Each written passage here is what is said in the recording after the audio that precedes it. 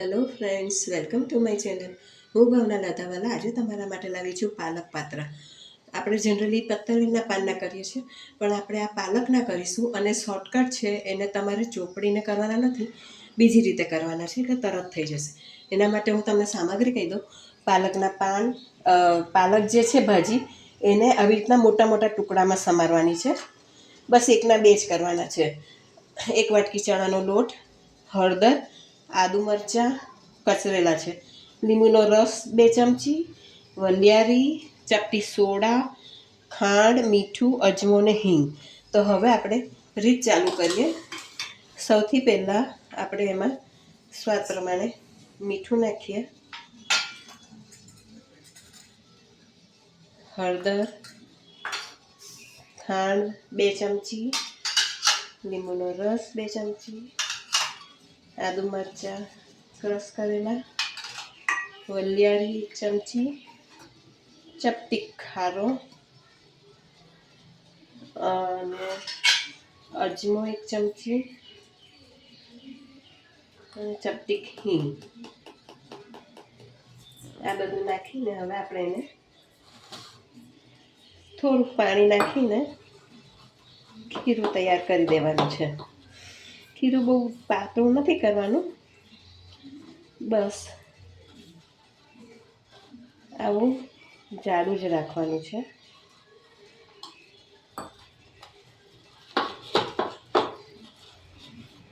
આપણું ખીરું તૈયાર થઈ ગયું છે. હવે એમાં આપણે આ પાલકના પાન મેં જે ધોઈને 1ના 2 ટુકડા કર્યા છે એ નાખી દઈશું. આવી રીતના નાખીને બરાબર મિક્સ કરવાના છે. જુઓ, આપણે આ પાલકની ભાજી ને બધું મિક્સ કરી દીધું છે. આવી કન્સિસ્ટન્સી રાખવાની છે. અને મેં સ્ટીમર ઓલરેડી ગરમ કરવા મૂકી દીધું હતું.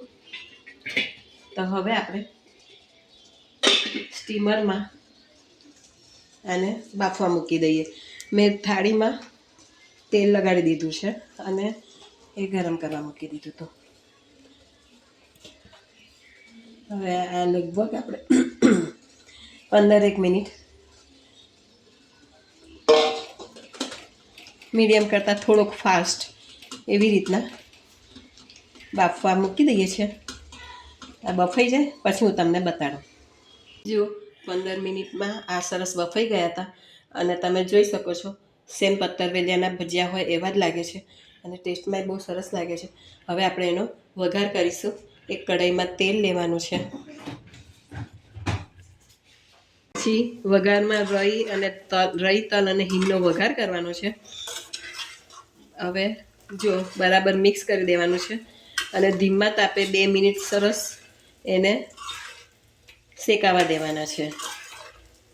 આ સરસ મિક્સ થઈ જાય પછી એમાં ઉપરથી આપણે કોપરાનું છીણ, લીલા કોપરાનું છીણ નાખવાનું છે, ધાણા નાખવાના છે અને લીંબુનો રસ નાખવાનો છે.